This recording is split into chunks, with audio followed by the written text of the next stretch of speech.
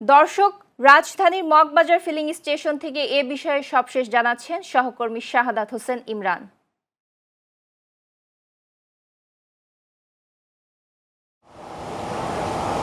GP, আপনাকে ধন্যবাদ। আপনি যেমনটি জানতে চেয়েছিলেন যে বিগত এক মাস যাবৎ কিন্তু দেশে গ্যাসের সংকট দেখা দিচ্ছে এবং এই সংকটের জন্য যে আমরা জানি যে কক্সবাজার যে মহেশখালী যে ভাসমান টার্মিনাল রয়েছে সেখানে কিন্তু কারিগরি ত্রুটির কারণে এই সমস্যাটি হয়েছে এবং গত কয়েকদিনে কারিগরি ত্রুটি এক অংশ কিন্তু আপনার রক্ষণাবেক্ষণ হওয়ার পরে কিন্তু এখন পর্যন্ত সিএনজি স্টেশনগুলোতে তেমন কোনো সুফল দেখতে পাচ্ছি না। আমরা যদি আপনাদেরকে আমার পিছনে একটু দেখাতে চাই, আপনারা দেখবেন যে এখানে আসলে সকাল থেকে এই গাড়ির দীর্ঘ লাইন এবং গাড়িগুলো তারা পাম্পতে আসার পর্যন্ত কিন্তু ঘন্টার পর ঘন্টা অপেক্ষা করছে।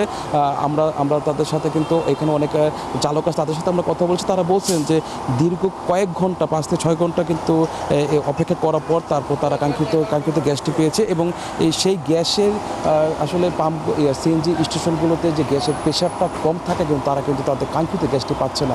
এই ক্ষেত্রে কিন্তু বিশেষ করে সিএনজি চালকরা আমাদের সাথে কথা বলছে, তারা আসলে বলছেন যে দিনের বেশিরভাগ সময়টা কিন্তু গ্যাস নিতে তাদের সময় চলে যাচ্ছে। সেক্ষেত্রে তারা কিন্তু তাদের আয়টা কমে যাচ্ছে এবং এই ক্ষেত্রে তারা অনেকটা বিপাকে পড়েছে। তো এই সব কিছু বলা চলে যে গ্যাসের সংকট কিন্তু এখনও কিন্তু এমনটা স্বাভাবিক হয়নি। তো এই ছিল রাজধানীর মগবাজার সিএনজি স্টেশন থেকে আমার কাছে বিস্তারিত। প্রিয়া। ধন্যবাদ ইমরান। দর্শক, মানিকগঞ্জ থেকে গ্যাস ও বিদ্যুৎ সংকট নিয়ে সেখানকার সবশেষ অবস্থা জানাচ্ছেন সহকর্মী সজল আলী।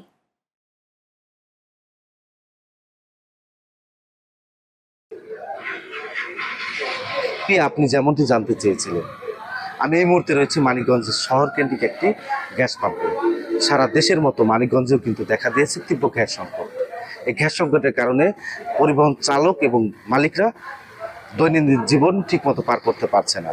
আমরা কথা বলেছি গাড়ির চালকদের সাথে, তারা আমাদের জানিয়েছেন যে গ্যাস সংকটের কারণে তাদের যে প্রতিদিন ইনকাম ছিল 1 থেকে 1,500 টাকা, সেই ইনকাম 200 টাকা করতেও তাদের হিমশিম খেতে হচ্ছে এবং তারা সারা রাত অপেক্ষা করার পরে স্বল্প পরিমাণ গ্যাস পাচ্ছে, এতে করে তারা ঠিকমতো গাড়ি চালাতে পারছে না।